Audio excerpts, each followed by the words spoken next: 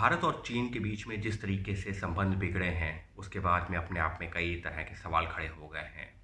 और उस सब के बीच में प्रधानमंत्री नरेंद्र मोदी ने कहा और देश की जनता के सामने ये भरोसा दिलाया कि चीन हमारी ज़मीं पर नहीं है, चीनी सैनिक हमारी ज़मीं पर नहीं है।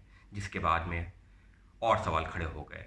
ये हुआ कि क्या प्रधानमंत्री ने लोगों के सामने सही तस्वीर पेश नहीं की। खास तौर पर विपक्ष ये सवाल उठा रहा था।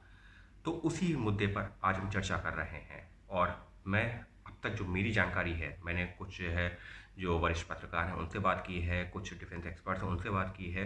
तो उनसे जितना मुझे समझ में आया है, मैं अपनी जानकारी के आधार पर आप तक ये साझा करना चाह रहा हूँ कि अब तक जो मुझे पता चला है, आखिर वस्तु स्थिति क्या है, पहले ये समझना ज़रूरी है। चीन कहाँ पर है? फिलहाल अगर हम जो है आसान भाषा में समझें तो जो पैंगोंग रिवर है उसका 1/3 हिस्सा भारत के पास है और 2/3 हिस्सा चीन के पास है। और ये पिछले जो है कई दशकों से ये बात कही जा रही है। मैं खुद वहाँ गया था तो मुझे भी यही बताया गया था। तो फिलहाल मैं बात करता हूँ मौजूदा स्थिति। जो पैंगोंग रिवर है वहाँ पर फिंगर्स एक तरह से बनी हुई जो पहाड़ियाँ हैं वो उस तरह से कुछ बनी हुई हैं जैसे ये हमारी उंगलियाँ होती हैं फिंगर्स की शेप में। और इस वजह से उनको जो वहाँ पर नाम दिया गया है फिंगर 1 2 3 4 5 6 करके, और 14 तक ऐसे आगे जाती हैं। तो विवाद कहाँ पर है? जो प्रधानमंत्री ने कहा कि चीन हमारी आज की तारीख में हमारी ज़मीं पर नहीं है, तो वो बयान अगर मैं आज की तारीख में देखता हूँ तो यही कह सकता हूँ कि उन्होंने कुछ गलत नहीं कहा। अब मैं ऐसा क्यों कह रहा हूँ? ये जब मैंने कुछ लोगों से बात की है उसके आधार पर मैं कह रहा हूँ। और ये वो लोग हैं जो वहाँ की वस्तु स्थिति को समझते हैं, जो सेना ने जो कार्रवाई की है उसके बारे में जिनको जानकारी है। ये वो लोग हैं जो कि रक्षा से जुड़े हुए मामलों को देखते रहते हैं। जब मैंने उनसे बात की है तो उन्होंने बताया कि वस्तु स्थिति वहाँ पर क्या है। वस्तु स्थिति ये है कि वहाँ पर जो फिंगर्स जिसका मैंने जिक्र किया था, भारत कहाँ तक है आज की तारीख में? फिंगर 4 तक। फिंगर 5 से लेकर फिंगर 8 तक जो ये कहा जाता था कि ये नो मैन लैंड है, यानी कि ये एक कॉन्फ्लिक्ट जोन है। यहाँ पर ना तो चीन अपना जो है कुछ स्थापित करेगा और ना ही भारत। लेकिन आज की स्थिति क्या है? फिंगर 4 के बाद में जो फिंगर 5 है वहाँ पर से लेकर के और आगे तक, यानी कि फिंगर जो है 13 14 तक चीन का पूरा साम्राज्य है, जो कि अक्साई चीन में भी आता है। और इस वजह से आज की तारीख में ये कन्फ्रंटेशन का माहौल बना है, क्योंकि कुछ वक्त पहले तक फिंगर 5 से लेकर के फिंगर 8 तक वहाँ पर भारतीय सेना भी पेट्रोलिंग करती थी और चीनी सेना भी आती जाती थी। लेकिन पिछले कुछ वक्त में क्या हुआ कि चीनी सेना आगे बढ़ी और फिंगर 5 तक आकर के वो बैठ गई है। प्रधानमंत्री ने जो कहा, तो प्रधानमंत्री ने जो कहा वो, अगर हम 1962 के पहले की स्थिति को देखते हैं तो निश्चित तौर पर भारत की ज़मीन पर है। लेकिन अगर हम 1962 के बाद की स्थिति को देखते हैं, जब चीन ने अक्साई चीन पर कब्जा कर लिया था, तो वहाँ पर जो है उस हिसाब से देखते हैं तो प्रधानमंत्री ने गलत भी नहीं कहा। क्यों? क्योंकि 1962 में जो लड़ाई हुई थी वो फिंगर 8 के आसपास हुई थी और फिंगर 8 तक जो है चीन का कब्जा हो गया था। जब चीन का कब्जा हो गया तो फिंगर 8 पर आकर के चीन को रोक दिया गया और अक्साई चीन का वो पार्ट बन गया। इसके बाद में अगर हम बात करते हैं फिंगर 5 तक, 8 से 5 तक, वो जोन एक ऐसा था जिसको लेकर के भारत अपना दावा कर रहा था, चीन अपना दावा कर रहा था। लेकिन दोनों में सहमति ये बनी कि ठीक है, यहाँ पर कोई कुछ नहीं बनाएगा, यहाँ पर भारतीय सेना भी आ जाएगी पेट्रोलिंग करने के लिए, देखने के लिए कि उधर कुछ गलत तो नहीं हो रहा, और चीनी सेना भी आ जाएगी पेट्रोलिंग करने के लिए। इस बीच में 1999 में जब एक तरफ भारत कारगिल का युद्ध लड़ रहा था, चीनी सेना ने ये जो 8 to 5 फिंगर है, यानी फिंगर 5 to 8 के बीच का जो रास्ता है, यहाँ पर कच्ची रोड बना ली। क्योंकि भारत उस समय पाकिस्तान से लड़ने में व्यस्त था, कारगिल युद्ध चल रहा था, उसी दौरान चीन ने ये कच्ची सड़क बना ली।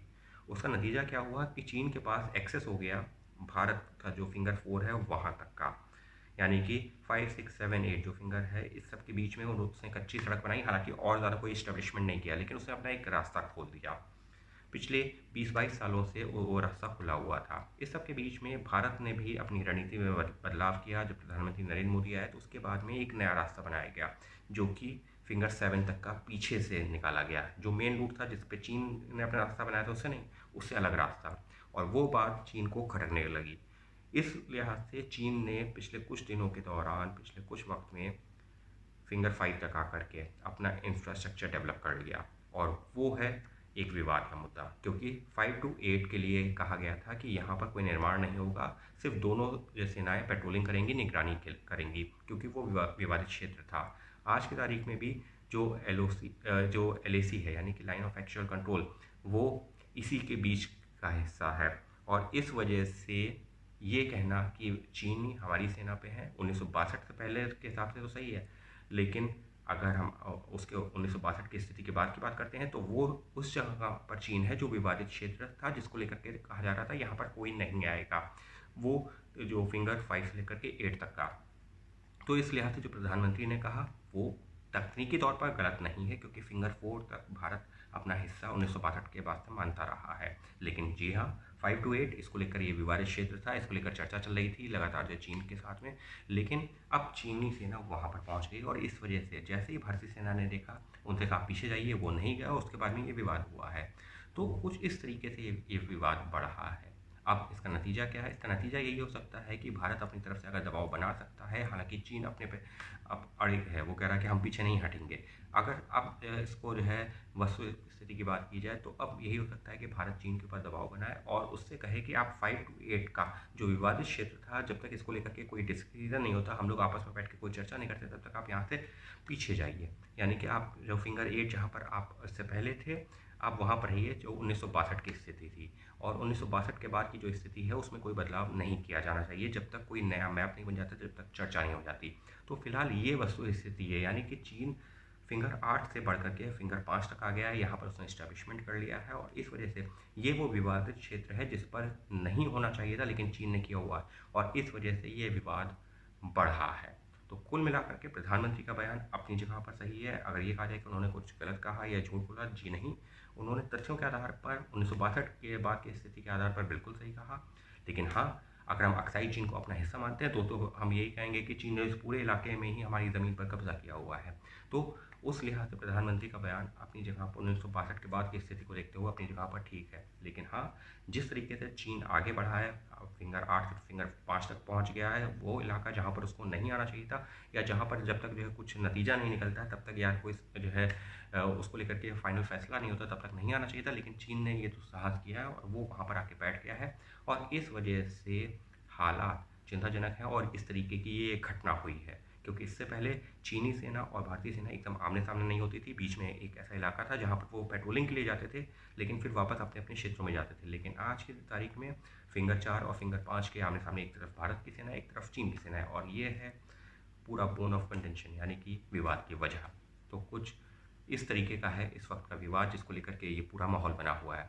उम्मीद करता हूँ आपको जो बेसिक ये जानकारी है, जितनी मुझे जानकारी मिली थी, वो मैंने आपके साथ साझा की है और उम्मीद करता हूँ आपके लिए भी कुछ जानकारी ये महत्वपूर्ण कह सकता हूँ कि आपके लिए भी कुछ फ़ायदेमंद होगी या कुछ समझने में आसानी होगी इस विवाद को।